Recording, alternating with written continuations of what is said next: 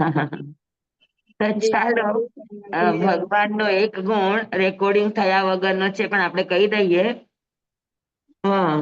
કે જેમ મેરુ પર્વત ઉપર આકાશને આંબે છે ને નીચે ધરતીને પણ એ સ્પર્શીને રહ્યો છે, એનો અર્થ એ છે કે ભગવાનની પાસે અનેક પ્રકારની લબ્ધિઓ, સિદ્ધિઓ, વૃદ્ધિઓ હોવા છતાં હરેક ચીજની પરાકાષ્ઠાએ પહોંચવા છતાં વૈક્રિય લબ્ધિ, આહારક લબ્ધિ, કેટલી કેટલી લબ્ધિઓના માલિક હોવા છતાં એ ક્યારેય પણ પોતાની લબ્ધિનો ઉપયોગ કરતા નથી.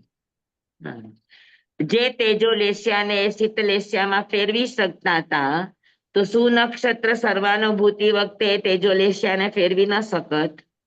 પોતાના ઉપર જે છ મહિના લોહી ખંડવાનું જે એમને દર્દ સહન કર્યું, તો એ તેજોલેશિયાથી પાછા વળી શકતા હતા, પણ ભગવાને ક્યારેય એક પણ જગ્યાએ પોતાનો બચાવ કે પોતાની લબ્ધિનો ઉપયોગ કર્યો નથી.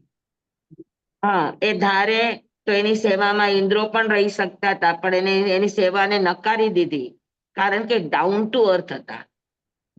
આ બહુ મોટી વાત છે કે તમે ઊંચાઈ ગુણોમાં, તમે ઊંચાઈ આકાશની આંબો ગુણોમાં, પણ તમારા પગ હંમેશા ધરતી ઉપર, એટલે એટલી તમારામાં વિનમ્રતા હોવી જોઈએ, સહજતા હોવી જોઈએ, સ્થિત પ્રજ્ઞતા હોવી જોઈએ, સમાધિસ્થતા હોવી જોઈએ. લબ્ધિ હોવા છતાં લબ્ધિનો ઉપયોગ ન કરવો, આને કહેવાય ડાઉન ટુ અર્થ. હા, આપણી પાસે તો થોડીક પણ પૈસાની ગરમી ચડી જાય, થોડીક કઈક લબ્ધિ આવી ગઈ, થોડુંક આપણને કઈક બે બોલ બોલતા આવડી ગયા, અથવા તો આપણને ખાલી બે શબ્દ ભણાવતા આવડી ગયા, તો આપણો પારો ક્યાં પહોંચે? તો મેળવવું એ અઘરું નથી, પણ પચાવવું એ અઘરું છે. આકાશને આંબવું અઘરું નથી, પણ પગ ધરતી ઉપર રાખવા એ અઘરું છે. તો ભગવાનની મેરુ પર્વત જેવી આ વિશેષતા છે કે ગુણોમાં, લબ્ધિઓમાં, વૃદ્ધિમાં એ આકાશને આંબે છે, પણ તેમ છતાં પોતાની ધરતીને, પોતાની સહજતાને, પોતાના શું કહેવાય સૌજન્યતાને, પોતાના સ્વભાવને ક્યારેય છોડીને રહેતા નથી. બરાબર? સમજાણું? હા. સે નભે પુઠ્ઠે ચિઠ્ઠઈ, એ આવે છે ગાથાનો બીજ, શું કહેવાય, પુઠ્ઠે નભે ચિઠ્ઠઈ ભૂમિ વઠીએ. નભે સ્પર્શ છે અને ભૂમિએ પગ છે. હા. પછી બીજું વિશેષણ છે કે સૂર્ય, ચંદ્ર, ગ્રહ, નક્ષત્ર અને તારા આ બધા જેમ સૂર્યની અરે મેરુ પર્વતની પ્રદક્ષિણા કરે છે, સૂર્ય, ચંદ્ર, ગ્રહ, નક્ષત્ર, તારા, એવી જ રીતે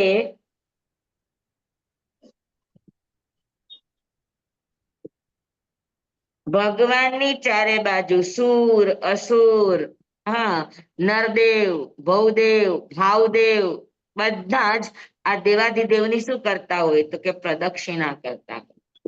પ્રદક્ષિણાનો અર્થ છે કે એમને વંદના કરતા હોય. આપણે ત્યાં પેલા વંદના, જેમ સૂર્ય, ચંદ્ર, મેરુ પર્વતને આમ ગોળ ગોળ પ્રદક્ષિણા કરે, તો એવી રીતે આપણે સાધુને પણ પેલા વંદન પરંપરામાં પ્રદક્ષિણા જ હતી. પછી ધીરે ધીરે ધીરે ધીરે ધીરે જગ્યાનો અભાવ અને સંતોનું ગામમાં વિચરણ થયું, દુષ્કાળોને લઈને, પરિસ્થિતિઓને લઈને, સુરક્ષાને લઈને સંતોનું ગામની અંદર વિચરવાનું થયું, ને ગામમાં જગ્યાની મર્યાદા છે અને સંતો, સાધ્વીઓની સંખ્યા વિપુલ પ્રમાણમાં હોય, તો પ્રદક્ષિણા કરવા જાય તો સ્પર્શ થવાની સંભાવના રહે, વ્યવસ્થા ન જળવાય, એટલે આપણા ઋષિ મહર્ષિએ તીખું તો આમ કહી દીધું ખાલી કે સંતોનું સૌથી ઉત્તમમાં ઉત્તમ અંગ કયું? તો કે મસ્તક. તો કે જેને વંદન કરો છો એના મસ્તકનું ટાર્ગેટ કરી અને તીખું આયાહીણમ પયાહીણમ કરવાનું છે. હા, આપણે તો આપણા માથાની કરીએ, આપણા માથાની ગોળ નથી ફરવાનું, જેને વંદન કરીએ છીએ એના માથાની પ્રદક્ષિણા, એના મસ્તકની પ્રદક્ષિણા. જી સ્વામી સમજાય ને? જી પણ રિયલમાં પ્રદક્ષિણા આવી રીતે હોય, વચ્ચે બેઠા હોય હા સંત અને હા એની ગોળાકાર પ્રદક્ષિણા કરે, આ દક્ષિણા પ્રદક્ષિણા. બરાબર. જી સ્વામી હા, તો એવી રીતે જેમ સૂર્ય, ચંદ્ર, ગ્રહ, નક્ષત્ર મેરુ પર્વતની પ્રદક્ષિણા કરે છે, એમ મનુષ્યના રાજા એટલે મનુષ્યના ઇન્દ્ર ચક્રવર્તી, હા બરાબર, નરદેવ એટલે ચક્રવર્તી, ભવદેવ એટલે દેવી દેવતાઓ, ઇન્દ્ર મહારાજાઓ વગેરે. હા, પછી અહીંયા કેટલાય રાજાધિરાજ મહારાજો બધા, આ બધા શું કરે તો કે બધા તીર્થંકર ની શું કરે તો કે પરિક્રમા કરે, પ્રદક્ષિણા કરે છે.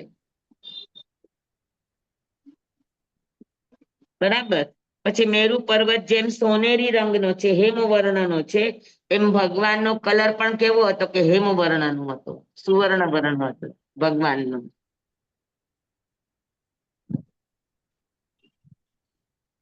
બરાબર. પછી અનેક નંદન વનોથી યુક્ત એટલે ઘણું આનંદદાયક, એવી જ રીતે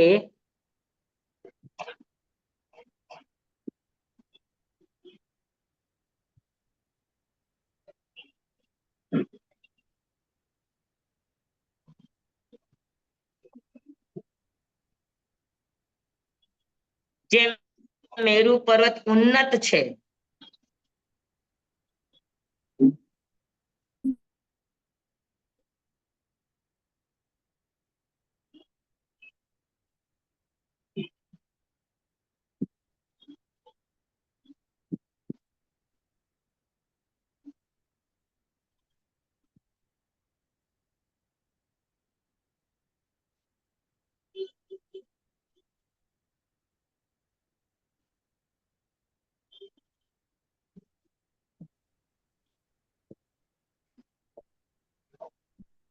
હા, જેમ મેરુ પર્વત ઉન્નત છે, ઉર્ધ્વમુખી છે, એમ ભગવાનના સિદ્ધાંતો, ભગવાનના દરેક અહિંસા, સત્ય બધા પણ કેવા હતા તો કે એ બધા ઉર્ધ્વમુખી એટલે ઉન્નત હતા.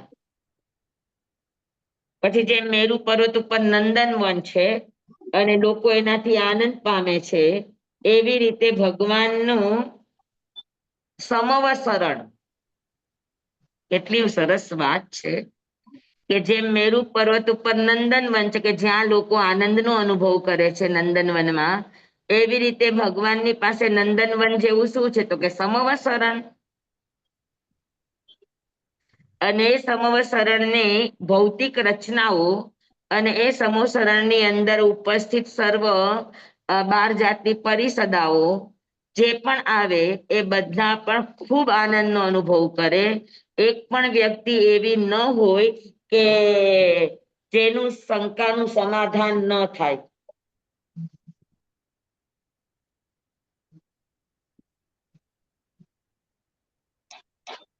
સમજાણું? અને શંકાનું સમાધાન થાય એટલે લોકો આનંદ પામે. પછી અવ્રતમાંથી વ્રતમાં આવે એટલે લોકો આનંદ પામે. મિથ્યાત્વને છોડીને સંકિત પામે એટલે લોકો આનંદમાં આવી જાય. તો ભગવાનના સમૂહસરણમાં અનેક વ્યક્તિઓ અનેક જાતની પ્રાપ્તિ કરી અને આનંદનો અનુભવ કરતા હોય. તો નંદનવન સમાન ભગવાનનું સમવસરણ છે, જ્યાં બધા જ પ્રાણીઓ જાતીય વેર ભૂલી અને આનંદ અને સાતાનો અનુભવ કરતા હોય, જ્યાં બધાને જ એક સરખો અવસર મળતો હોય. હા, જ્યાં બધા જ કદાચ ભૌતિકની દ્રષ્ટિએ આવ્યા હોય તો એ લોકોને પણ ત્યાં આનંદ આવે, બોરિંગ ન થાય એવી સમૂહસરણની રચના હોય. તો સમૂહસરણ એ એક એવું નંદનવન છે તીર્થંકરનું કે જ્યાં પગ મૂકનારો કોઈ પણ વ્યક્તિ શોક અને સંતાપથી રહિત ન થાય એવું ન બને.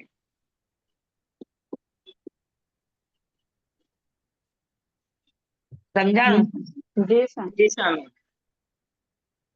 હમ. પછી આ બીજી ગાથા પૂરી થઈ.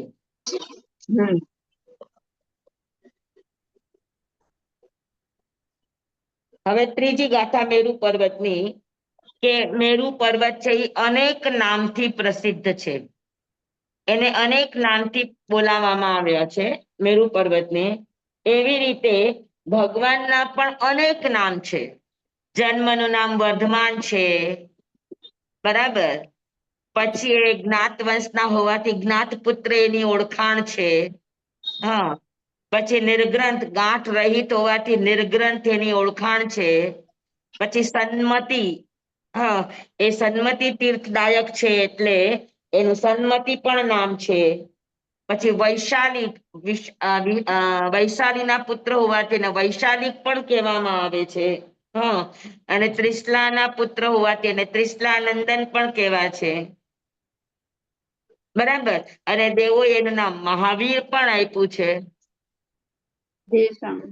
તો કેટલા બધા નામ ભગવાન, ભગવાન પણ કેટલા બધા નામોથી પ્રસિદ્ધ છે, બરાબર.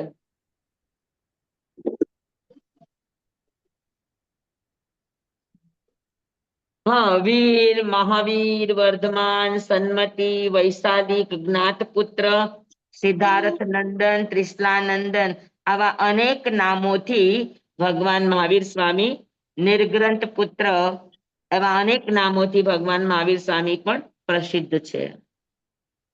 વીરાય કંચન મઠ વન્ને, સુવર્ણની જેમ શુદ્ધ વર્ણવાળા.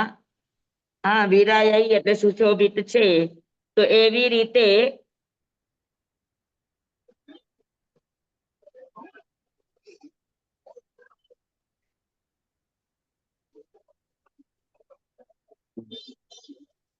રીતે ભગવાન પણ ઘાતી કર્મથી મુક્ત હોવાથી ભગવાન પણ કેવા છે, ભગવાનનું પણ કેવળ જ્ઞાન કેવું છે, તો કે કંચનની જેવું એકદમ શુદ્ધ છે, બરાબર. એમાં એક પણ પ્રકારની મલિનતા નથી. પછી અણુત્તરે, એકદમ એ અણુત્તર છે.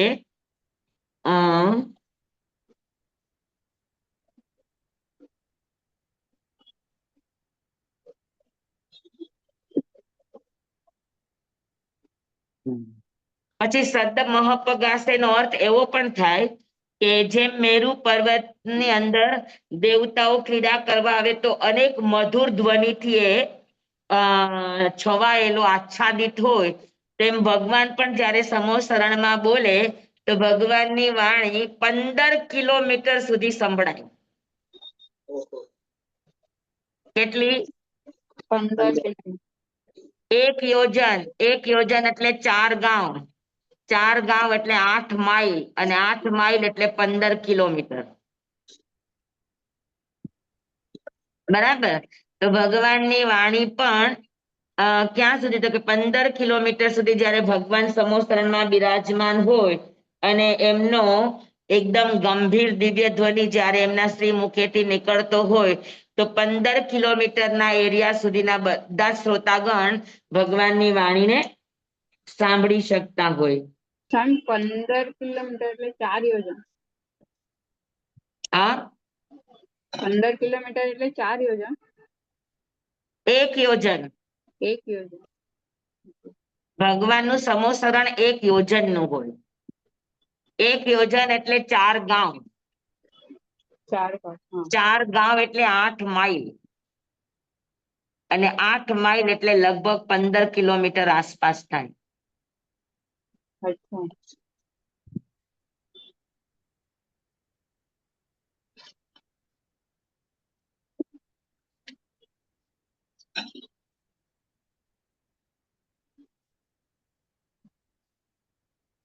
પછી જેમ મેરુ પર્વતની અંદર કંદરાઓ છે, પછી એની અંદર શું કહેવાય, અનેક પ્રકારના ઉપપર્વતો છે, નાની નાની શિખરો, નાના નાના પર્વતો છે. તો આજુબાજુ એવા નાના પર્વતોથી ઘેરાયેલો હોવાથી મેરુ પર્વત દુર્ગમ છે, કોઈ ચડી ન શકે. તો એવી રીતે ભગવાનની પાસે દુર્ગમ એવા પહાડી નય છે, નિક્ષેપ છે, પ્રમાણ છે, હા, પછી સપ્તભંગ છે. તો આવા ભગવાનની પાસે એટલા દુર્ગમ જ્ઞાનના એમની પાસે પાસાઓ છે કે કોઈ પણ ભગવાનને હરાવી શકે નહીં. જેમ હમ. મેરુ પર્વત ચડી શકે નહીં એમ ભગવાનનો પાર પણ કોઈ પામી શકે નહીં, અથવા તો ભગવાનને કોઈ હરાવી શકે નહીં. કેમ કે ભગવાનની પાસે નય છે, નિક્ષેપ છે, પ્રમાણ છે, સપ્તભંગ છે. હા, તો ગમે એટલો તાર્કિક વ્યક્તિ આવે, ગમે એટલો અન્ય ધર્મી વ્યક્તિ આવે, ગમે એટલો પ્રતિભા સંપન્ન વ્યક્તિ આવે, પણ ભગવાનને ઈ હરાવી શકે? નહીં. તો કે ભગવાનને હરાવી શકે નહીં.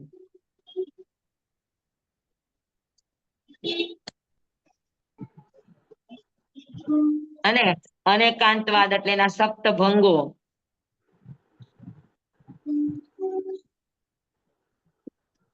હમ. એની સામે ગૌતમ જેવા દિગ્ગજ વિદ્વાનો આવ્યા, પણ એ પણ એક પલમાં શું થઈ ગયા? એમના શરણે થઈ જાય. હા, એક પલમાં એમના શિષ્ય બની ગયા. તો એવા ભગવાન છે, ભગવાન પણ દુર્ગમ છે. એના ગમને કોઈ પામી શકે? નહીં. કોઈ પામી શકે નહીં.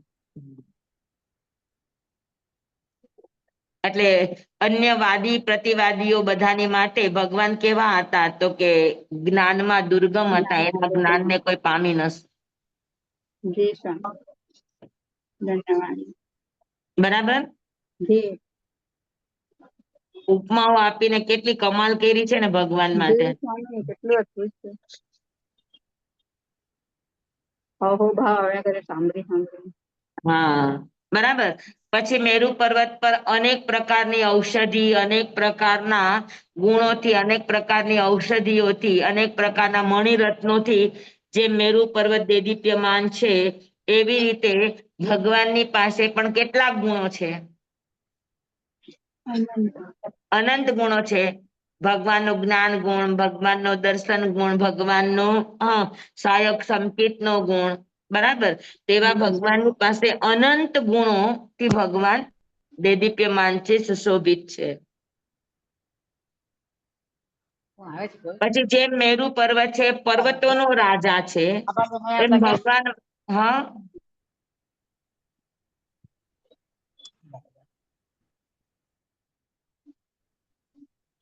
હા, જેમ મેરુ પર્વત છે બધા પર્વતોનો રાજા છે, એમ ભગવાન મહાવીર પણ ત્યાગી, તપસ્વી, સાધુ, શ્રમણ, માહણ, હા, પછી પરિવ્રાજક આદિ બધા જ ત્યાગીમાં ભગવાન મહાવીર સ્વામી કેવા હતા? તો કે રાજા સમાન હતા.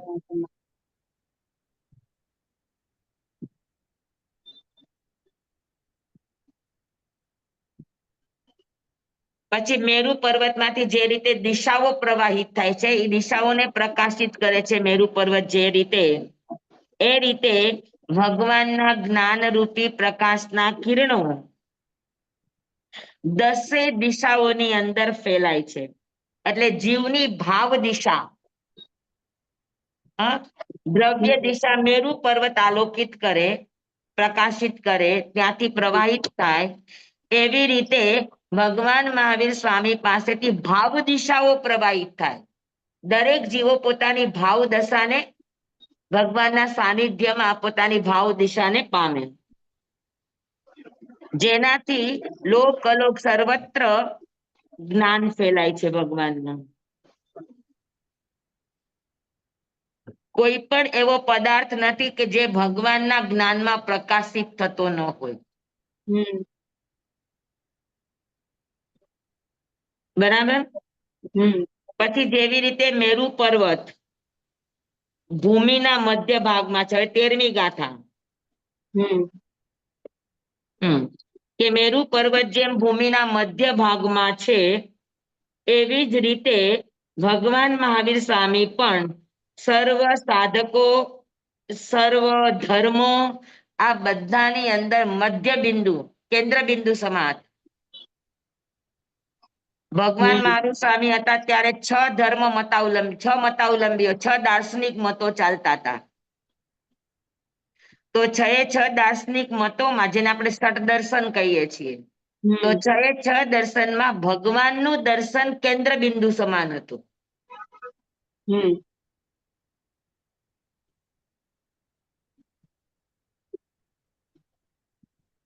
જેવી રીતે ભગવાન મેરુ પર્વતનો યશ લોકમાં મેરુ પર્વત જેમ લોકમાં યશસ્વી છે એવી જ રીતે ભગવાનનો યશ પણ ત્રણેય લોકની અંદર તો ત્રણેય લોકમાં જે યશ વ્યાપ્ત હોય એને શું કહેવાય તો કે એને શ્લાઘા કહેવાય. હમ ભગવાનનો યશ ત્રણેય લોકમાં વ્યાપ્ત હતો.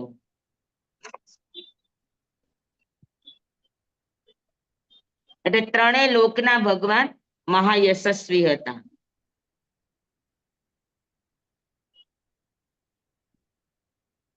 પછી મેરુ પર્વત જેમ પોતાના અનેકતમ ગુણોથી પ્રસિદ્ધ છે, શ્રેષ્ઠ છે, એવી જ રીતે ભગવાન પણ પોતાની જાતિ, પોતાનો યશ, પોતાના જ્ઞાન, પોતાના દર્શન, પોતાના ચારિત્ર આ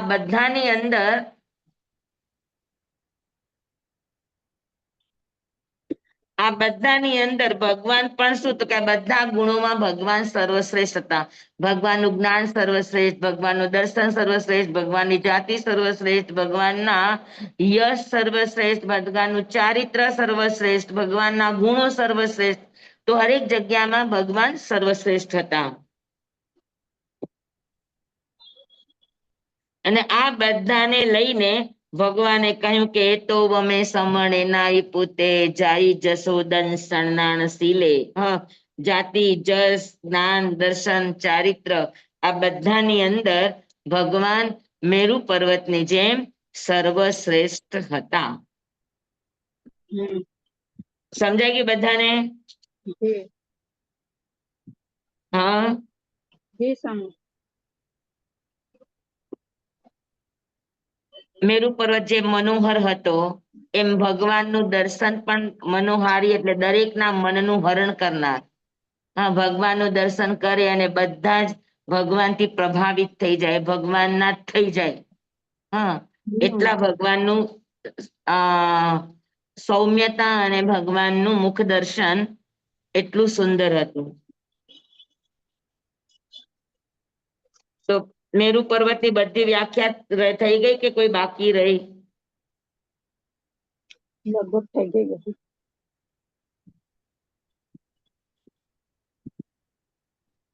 હવે 15મી ગાથા. આપણી 14 ગાથા પૂરી થઈ ગઈ. એમાં કોઈને કઈ પૂછવું છે? સ્વામી, હમણાં તમે કીધું કે 4 ગાઉનું સમોસરણ હોય તો એ મહાવીર સ્વામી ભગવાનનું 4 ગાઉનું, પછી ઋષભદેવ ભગવાનના ને એ બધાના તો હજી મોટા હશે કે? દરેકનું એક યોજન પ્રમાણ હોય, પણ યોજનના માપ અલગ અલગ હોય. બરાબર. જે સમયે જે તીર્થંકર હોય એના અંગુલ પ્રમાણે યોજનનું માપ હોય. બરોબર, સમજાણું? ઋષભદેવ ભગવાનનું પ્રમાણ આંગુલથી મપાતું. કારણ કે એમની પોતાની જ હાઈટ તો 3 ગાઉ હતી તો ને? એનું યોજન નહીં, 3 શાશ્વત નહીં, યોજન. 3 દરેક તીર્થંકરોની પોતાના શરીરથી યોજન પ્રમાણ એનું સમોસરણ. સ્વામી, આભાર સ્વામી. સટ દર્શન કહો છો તો એ સટ દર્શનમાં હમણાં તમે કહ્યું કે સટ દર્શનથી ભગવાન સ્વામી એનાથી એમ એ હતા, તો સટ દર્શનમાં આત્મા છે, પછી આત્મા નિત્ય છે, એ રીતના આવે? એ તો 6 પદ છે આત્મસિદ્ધિના. તો પણ સટ જે દર્શન કંઈ પણ 6 દર્શનો છે એ બધાનો વિષય ઈ જ રહ્યો છે. આત્માનું નિત્યપણું, આત્માનું અનિત્યપણું, આત્માની મુક્તિ. 6 દર્શનોના દાર્શનિક દ્રષ્ટિકોણો આ જ રહ્યા છે. ઈશ્વરવાદ, કર્તૃત્વવાદ, ઈશ્વર કરતા માને. તો આ બધા દાર્શનિક મતાંતરો. સ્વામી, આમાં 4 વાક દર્શન ના આવે ને, જે 6 દર્શન છે એમાં? 6 દર્શનની અંદર 4 વાક દર્શન પણ આવે, નાસ્તિક દર્શન. અચ્છા, એ પણ આવે. તો એમાં આત્માની મુક્તિની વાત નથી ને સ્વામી? પણ 4 વાકમાં એ લોકો અલગ માને છે. અચ્છા, જી સ્વામી. આભાર સ્વામી. આભાર સ્વામી. બરાબર. તો આ રીતે 6 દર્શનો જે સળદર્શન મુખ્યતાએ, બાકી નાના મોટા એના પેટા વિભાગો અનેક હોય, પણ 6 વિચારધારા. એ 6 વિચારધારામાં ભગવાનની વિચારધારા કેન્દ્રભૂત હતી, કેમ કે ભગવાનનો અનેકાંતવાદ હતો. અનેકાંતવાદને લઈને ભગવાન કોઈનો નિષેધ ન કરતા, પણ ઈ જે માને છે એની પાછળનો દ્રષ્ટિકોણ આપતા.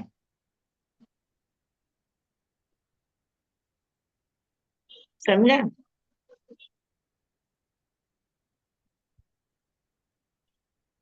હવે 15મી ગાથા લઉં આગળ. જે સ્વામી.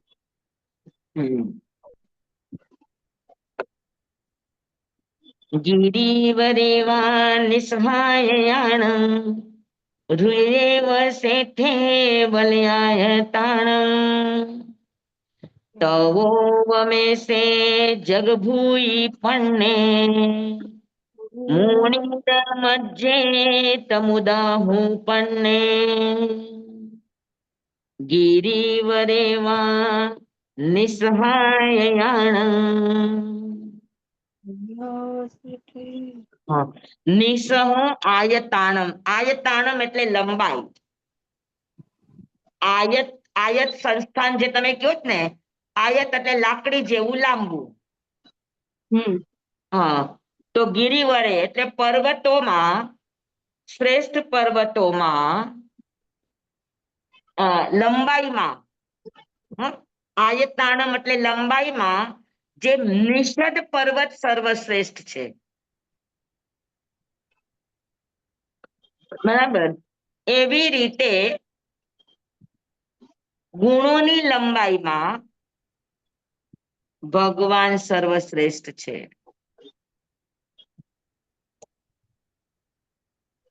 એકચ્યુઅલમાં લંબાઈ, પહોળાઈ અને ઊંડાઈ આનાથી ઘનત્વ બને. લંબાઈ ગુણ્યા પહોળાઈ ગુણ્યા ઊંડાઈ. એનાથી શું બને? તો કે એનાથી ઘનફળ બને. બરાબર, ક્યુબ બને, ક્યુબ. તો એવી રીતે આયતાણમ એટલે લંબાઈ. લંબાઈ શેની હોય? તો ગુરુદેવના બહુ સરસ પ્રવચન છે કે ક્રિયાની લંબાઈ, કાર્યની ચૌડાઈ અને કારણની ઊંડાઈ.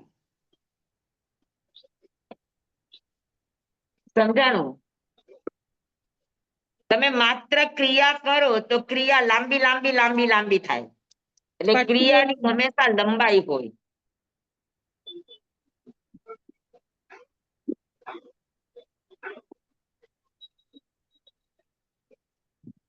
પછી કાર્ય.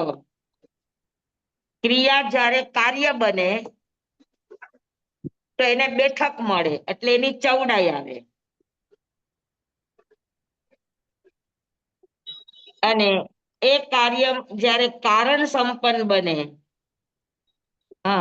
ત્યારે એની ઊંડાઈ. એટલે કોઈ પણ ક્રિયામાં કાર્ય અને કારણ ભળે ત્યારે એ કાર્ય ઘનત્વને પામે, એટલે લક્ષ્યને પામે. લક્ષ્યને પામવા માટે ક્રિયાની લંબાઈ, કાર્યની ચૌડાઈ અને કારણની ઊંડાઈ ત્રણેય હોવું જોઈએ. ગુરુદેવના આ વિષય ઉપર અનેક પ્રવચનો છે.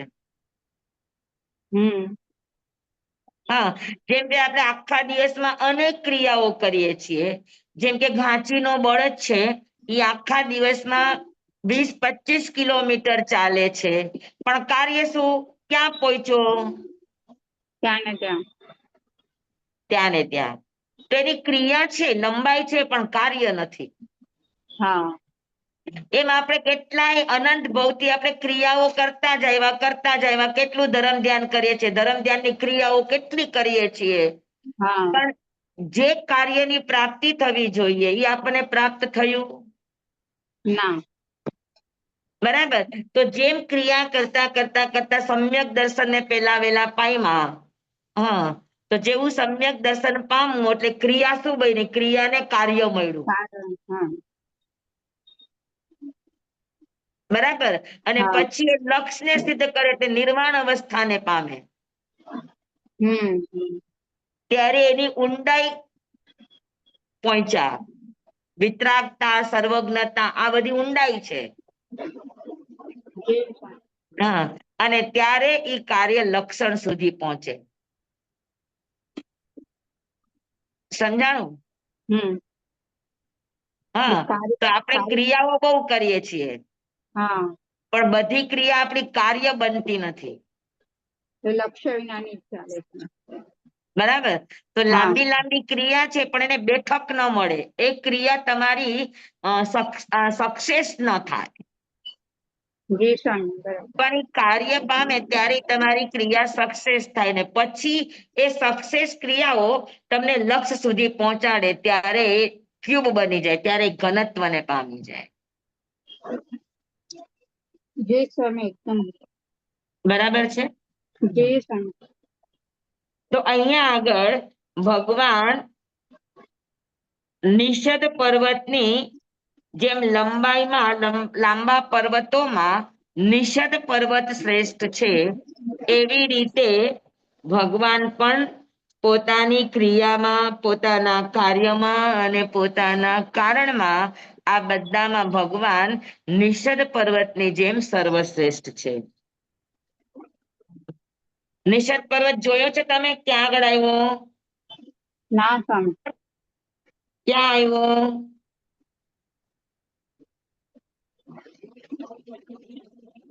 લાંબા પર્વતો કેટલા છે?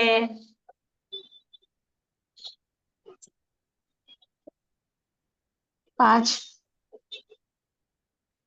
હા, 5 છે ને સાહેબજી. 5 એક જંબુદ્વીપમાં લાંબા પર્વત કેટલા? જંબુ આખા વિશ્વમાં, અઢી દ્વીપમાં? 5 ને એક મિનિટ હા, હજુ હું કરું છું. પર્વત હરિવાસ ને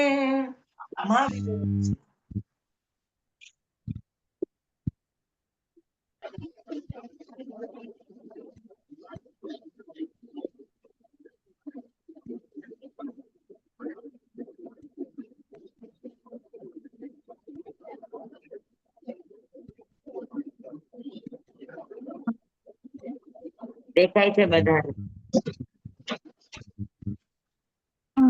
તો કે 6 વર્ષધર પર્વત લાંબા છે. ચૂલ હિમવાન, મહાહિમવાન, નિષદ, નીલ, રૂકમી અને શિખરી. જુઓ, આ ચૂલ હિમવાન, મહાહિમવાન, મેરુ પર્વત અને અકર્મ ભૂમિ આ બંનેની મર્યાદા કરવા વાળો દક્ષિણમાં નિષદ પર્વત, ઉત્તરમાં નીલ પર્વત. આપણે દક્ષિણમાં રહીએ છીએ એટલે નિષદ કીધું, ઉત્તરમાં નીલ કે નીલ અને હા નિષદ બંને સર્વશ્રેષ્ઠ છે. હા બરાબર. હમ નીલ પર્વત, પછી આ રૂકમી પર્વત અને આ શિખરી પર્વત. તો આ બધા લાંબા પર્વત છે. એ સિવાય વૈતાઢ્ય પર્વત એ લાંબો છે. તો જંબુદ્વીપની અંદર વૈતાઢ્ય કેટલા? એક પણ નહીં. હા, બે આવ્યા. સોરી સ્વામી. જંબુદ્વીપની અંદર આ તો 34 વૈતાઢ્ય. કેટલા? કેટલા? 34, 34. ઓહ, કેટલા ગયા છે? 32 મહાવિદ્ય ક્ષેત્રની વિજયના 32 વૈતાઢ્ય. ભરતનો વૈતાઢ્ય અને ઐરવતનું વૈતાઢ્ય કેટલા થયા? 34 બરાબર. પછી મહાવિદ્ય ક્ષેત્રની વિજયને કાઢનારા એ પણ બધા લાંબા આયત પર્વતો છે. તો આ બધા લાંબા પર્વતોમાં નિષદ અને નીલ પર્વત સર્વશ્રેષ્ઠ છે. પણ અહીંયા નિષદ એટલા માટે કીધું કે ભગવાન મહાવીર સ્વામીનું વર્ણન છે અને ભગવાન મહાવીર સ્વામી દક્ષિણ દિશામાં છે એટલે નિષદ પર્વતનું નામ આપ્યું. સમજાણું?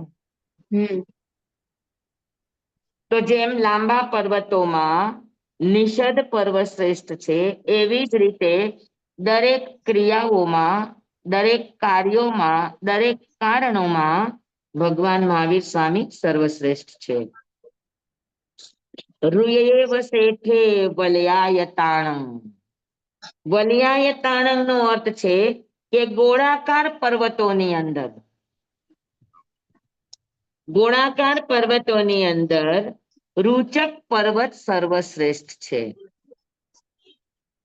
ગોળાકાર પર્વતો કેટલા? આમાં તમને બધાને જંબુદીપ આવડતો હોય તો ખબર પડે. ના સ્વામી, અમને ખબર જ નથી.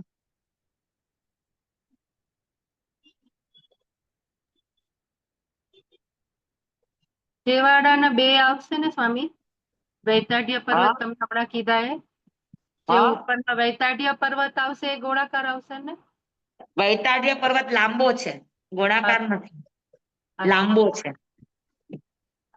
ઉપરના ભાગમાં થયું ને એટલે મને લાગ્યું. જો અકર્મ ભૂમિ છે ને એમાં વૈતાડ્ય પર્વતો છે. એનું નામ છે વૃત્ત વૈતાડ્ય. અમે મીંડા કર્યા છે ને ઈ. એટલે આ ગોળાકાર છે એને પણ વૈતાડ્ય જ કહેવાય. ગોળ પર્વત છે આખો. ગોળ એટલે જેમ ગોળ પાલી કેવી હોય એવા આકારના પર્વત છે, તો એને ગોળ પર્વત કહેવાય. હા. બરાબર? તો આ વૃત્ત વૈતાડ્ય આખા ગોળ હોય, આની જેમ આખા ગોળ હોય અને નીચેથી ઉપર સુધી એક સરખા હોય. સરખા હોય.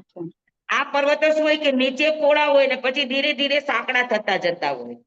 જ્યારે આ નીચેથી ઉપર સુધી બધા એક સરખા ગોળાકારમાં હોય એને વલયાકાર પર્વત કહેવાય.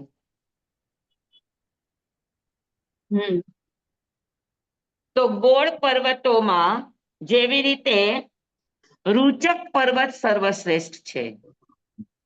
ભગવાન જ્યારે એમનો જન્મ મહોત્સવ હોય તો જન્માભિષેક વખતે જે 56 દીપ કુમારિકા આવે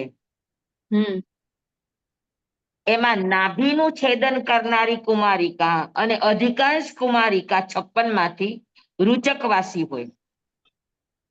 અચ્છા, આ રીતે પ્રદેશ. હા, અને ભગવાનનો રૂચક પ્રદેશ એટલે નાભી.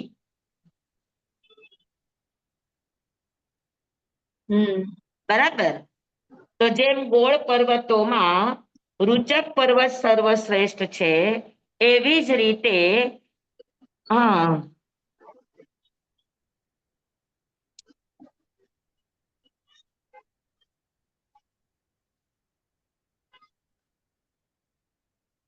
તેવી જ રીતે નાભી એટલે જ્ઞાન, નાભી એટલે આત્માની અનુભૂતિ, આત્માની પ્રાપ્તિ. નાભી એ ભવ અને ભાવનું કેન્દ્ર છે. બરાબર? તો રૂચક એટલે સુંદરતા, શોભાવાળો. તો જેવી રીતે રૂચક પર્વત સર્વશ્રેષ્ઠ છે ગોળાકારમાં, એવી રીતે ભગવાનની નાભી પણ આત્મગુણોથી અને ભગવાનની નાભી જ્ઞાન ગુણોથી એકદમ સુંદર અને શું કહેવાય એકદમ પ્રભાવશાળી હોય. એટલે ભગવાનનું જ્ઞાન કેન્દ્રીભૂત, નાભી એટલે કેન્દ્ર. જેટલા પણ દાર્શનિકો છે, જેટલા પણ મતાંતરો છે, જેટલા પણ જ્ઞાનીઓ છે એ બધામાં ભગવાનનું જ્ઞાન સર્વશ્રેષ્ઠ છે. એટલે ભગવાનની પ્રજ્ઞા સર્વશ્રેષ્ઠ. તો આ બંને પર્વત, ભગવાનની પ્રજ્ઞા લાંબે અલોક સુધી પણ જાય. હા, અને રૂચકની જેમ બધાના કેન્દ્રમાં ભગવાનની પ્રજ્ઞા છે. એટલે ભગવાનની પ્રજ્ઞા એવી છે કે એમાં એક પણ વસ્તુનું સમાધાન સરાઉન્ડિંગ જેટલા પણ મતાંતરો છે એ બધાના સમાધાન ભગવાન પાસે છે.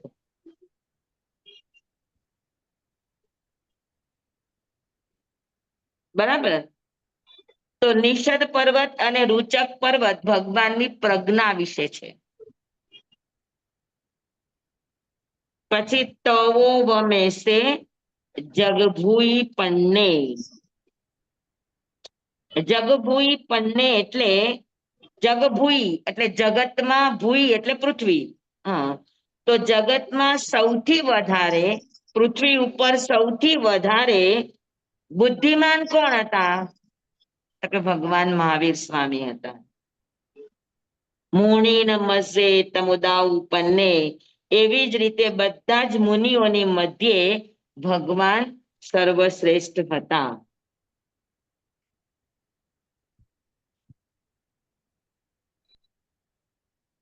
સમજાણું બરાબર?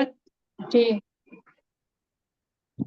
હા, તો આની અંદર ભગવાનના જ્ઞાનની વિશેષતા છે અને ભગવાનના જ્ઞાન માટે અહીંયા બે પ્રકારના પર્વતોની વાત છે. એક લાંબા પર્વતની વાત છે અને એક ગોળ પર્વતની વાત છે. લાંબા પર્વતમાં નિષદ પર્વત છે અને ગોળ પર્વતમાં રૂચક પર્વત છે. હા, એટલે આ બે શું વિશેષતા બતાવે? લંબાઈ શું બતાવે અને ગોલાઈ શું બતાવે?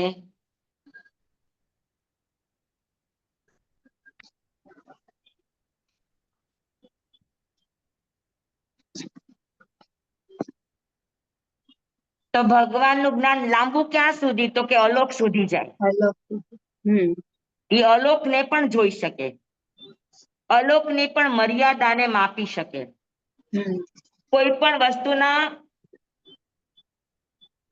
સ્ટાર્ટિંગ અને એન્ડિંગ બંને પોઈન્ટ ને જાણે એટલું એનું લાંબુ જ્ઞાન હોય. અને ગોળાઈ એટલે સર્વ રીતે, દ્રવ્યથી, ક્ષેત્રથી, કાળથી, ભાવથી, ભવથી, ગુણથી બધી જ રીતે સરાઉન્ડિંગ એનું જ્ઞાન એટલું ડેપ્થ વાળું હોય કે માત્ર એક જ વસ્તુને એક જ રીતે ન જાણે, એક વસ્તુને ચારેય રીતે જાણે. હા, તો જે વસ્તુને બધી જ રીતે જાણે એની માટે ગોલાઈ હોય. તો દ્રવ્ય, ક્ષેત્ર, કાળ અને ભાવથી સમસ્ત વસ્તુને, સમસ્ત દ્રવ્યને, સમસ્ત ક્ષેત્રને, સમસ્ત કાળને, સમસ્ત ભાવોને દ્રવ્ય, ક્ષેત્ર, કાળ અને ભાવ બધાથી એનું જ્ઞાન એને માપી શકતું હતું. સમજાણું? હા, ગોલાઈ નો અર્થ સમજાણું? ગોલાઈ નો અર્થ છે કે વસ્તુને બધી જ રીતે સમજતા હતા, વસ્તુને બધી જ રીતે જાણતા હતા.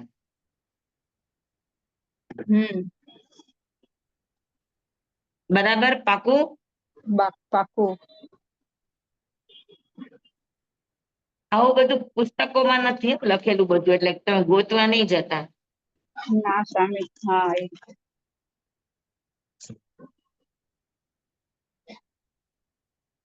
હવે ભગવાનના જ્ઞાનનું વર્ણન થયું, ભગવાનની પ્રજ્ઞાનું વર્ણન થયું.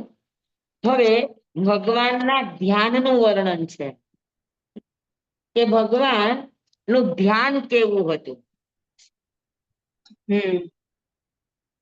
તો હવે ઈ વાતને 16મી ગાથામાં કહેશે.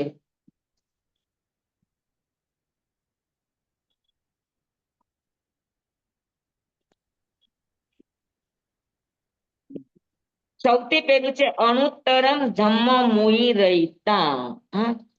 અણુત્તરમ ધમ્મ મુઈ.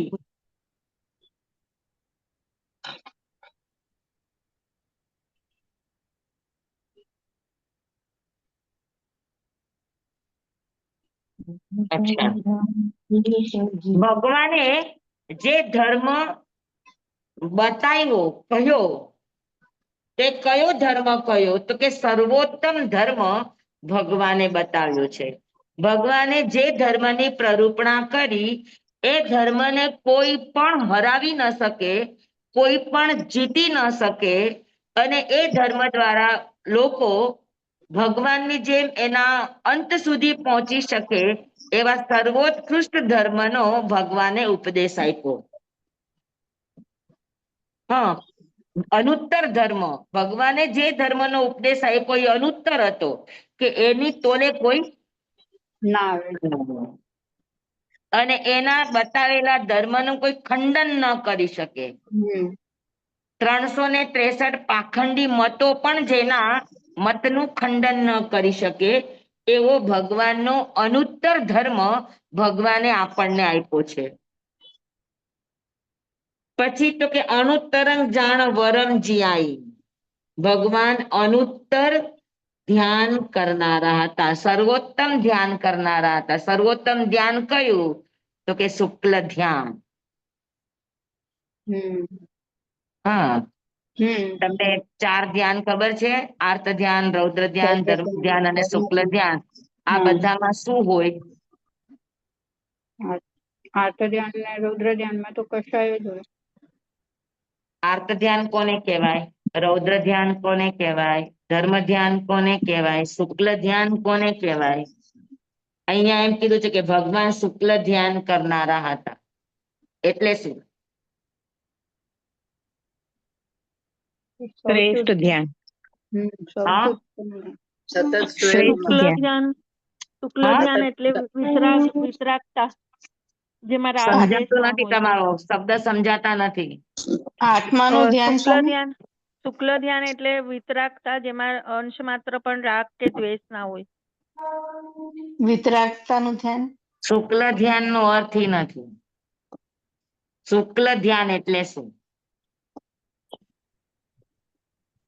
શુક્લ ધ્યાનથી વિતરાગતા પ્રાપ્ત થાય, શુક્લ ધ્યાનથી સર્વજ્ઞતા પ્રાપ્ત થાય, પણ શુક્લ ધ્યાન એટલે શું? ધર્મ ધ્યાન પૂર્ણ એટલે જ્ઞાન. શું? આર્ત ધ્યાન પૂર્ણ એટલે ધ્યાન. શું? હા. પૂર્ણ ધ્યાન.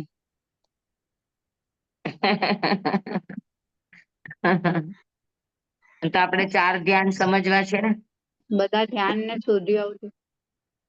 હે? તો અહીંયા આગળ ભગવાન શુક્લ ધ્યાન, ભગવાન આર્ત ધ્યાન પણ નહોતા કરતા, ભગવાન રૌદ્ર ધ્યાન પણ નહોતા કરતા, ભગવાન ધર્મ ધ્યાન પણ નહોતા કરતા, ભગવાન શુક્લ ધ્યાન ધરનારા હતા. એટલો અર્થ શું થાય? પોતાનામાં, સ્વમાં.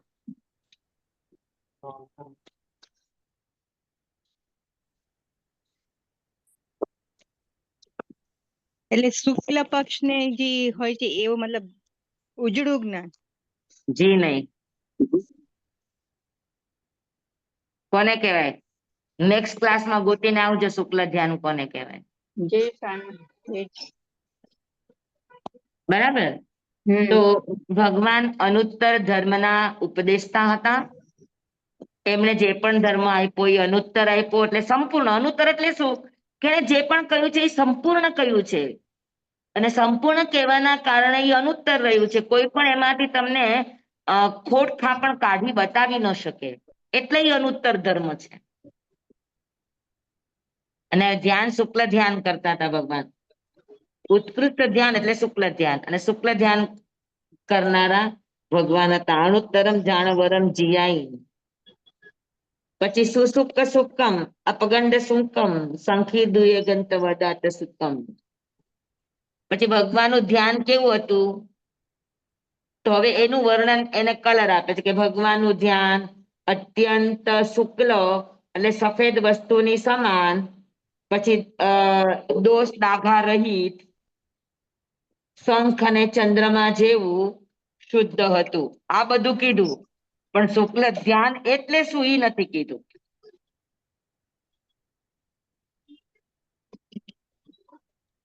જે સ્વામી શોધી આવ્યું. બરાબર? હા, થોડી મહેનત કરી. હવે આપણે આ તો જાણવું તો છે ભગવાને ભાઈ શુક્લ ધ્યાન એટલે શું. હા, જાણવું તો છે. સ્વામી વિશ્રુદ્ધ અને નિર્મળ. સ્વામી ચિત્તની નિર્મળતા હોય. શું વિશુદ્ધ મન અને વચન નિર્મળ? ચિત્ત નિર્મળ હોય સ્વામી. જી. શુક્લ ધ્યાનમાં. વિશુદ્ધિ એટલે દોષ વગરનું હોય ને નિર્મળ એટલે આરપાર હોય, ટ્રાન્સપરન્ટ હોય, એને નિર્મળ કહેવાય.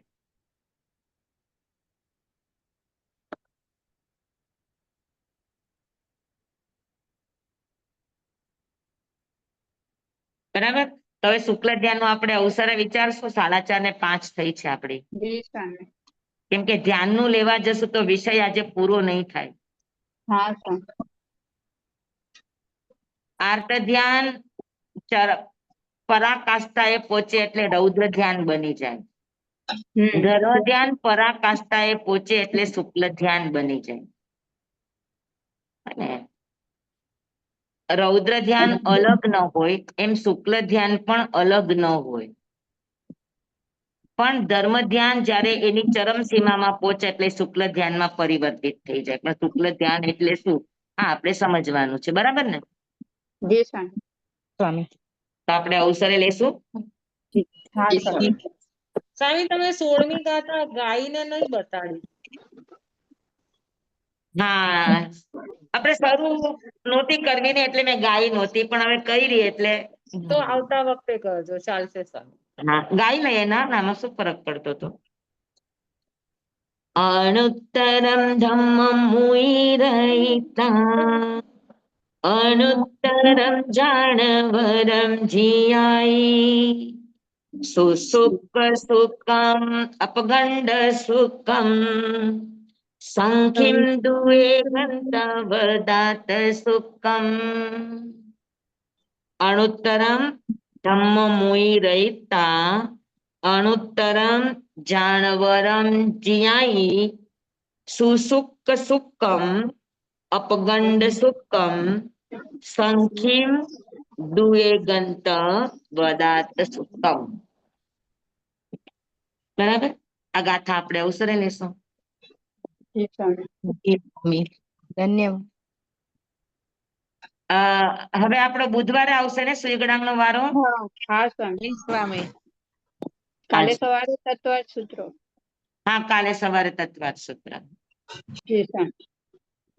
જમવાયદમચામેન મેણકરમચકરમ પયાહીનમ મેણયહીનમ જોગહીનમ ગોસૈનમ સુટ્ટુદિનમ દુટુપડિચિયમ અકાલે કહો સજાઓ કાલે ન કહો સજાઓ અસજાય સજાય એમ સજાય ન સજાય એમ ભણતા ગણતા ચિંતવતા વિચારતા સુણતા સાંભળતા જ્ઞાનીઓના અનંત અનંત ભાવો છે, અનંત અનંત પર્યવો છે, અનંત અનંત ગમા છે, અનંત અનંત નહીં છે, અનંત અનંત નિક્ષેપ છે, અનંત અનંત રહસ્ય છે, અનંત અનંત ખુલાસાઓ છે. આમાંથી કોઈ પણ ભાવ ભેદ નહીં, નિક્ષેપ ગમા રહસ્ય ખુલાસાનું સ્ખલન છદમસ્ત ભાવે મારા બોલવામાં કહેવામાં સમજાવવામાં આવ્યું હોય, આપના સાંભળવા સમજવામાં આવ્યું હોય તો અર્યંસિત કેવડી ગુરુ ભગવાન આપની સાક્ષી આત્મા પરમાત્માની સાક્ષી તસ્મે તમેવ સચ્ચમ નિસંકમ જમ જીણેહિમ પવેયમ સેવમ ભંતે સેવમ ભંતે સેવમ ભંતે તિબેમી. ધન્યવાદ સ્વામી.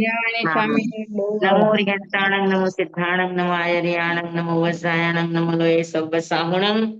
ગુરુદેવની આજ્ઞા શ્રી શ્રી ચતારી મંગલમ હરિહંતા મંગલમ સિદ્ધા મંગલમ સાહુ મંગલમ કેવડી પનત્તો ધમો મંગલમ ચતારી લુગુતમા હરિહંતા લુગુતમા સિદ્ધા લુગુતમા સાહુ લુગુતમા કેવલી પનત્તો ધમો લુગુતમો ચતારી શરણં પવજ્જામિ અરિહંતે શરણં પવજ્જામિ સિદ્ધે શરણં પવજ્જામિ સાહુ શરણં પવજ્જામિ કેવલી પનત્તં ધમ્મં શરણં પવજ્જામિ. ચાર શરણા ચાર મંગલ ચાર ઉત્તમ કરે જે નર ભવસાગરમાં ન બુડે તે સકલ કર્મનો આણ્યંત મોક્ષતના સુખ લહે અનંત ભાવ ધરીને જે ગુણ ગાય તે જીવ તરીને મોક્ષે જાય.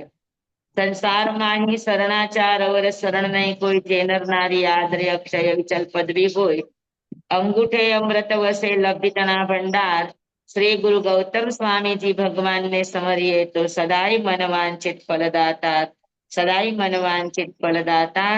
બોલો ભગવાન મહાવીર સ્વામી કી જય. બધાને ખૂબ ખૂબ ધન્યવાદ. પૂજ્ય ગુરુદેવ કી જય.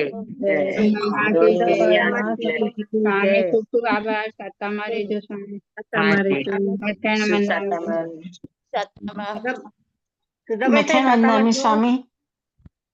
સ્વામી.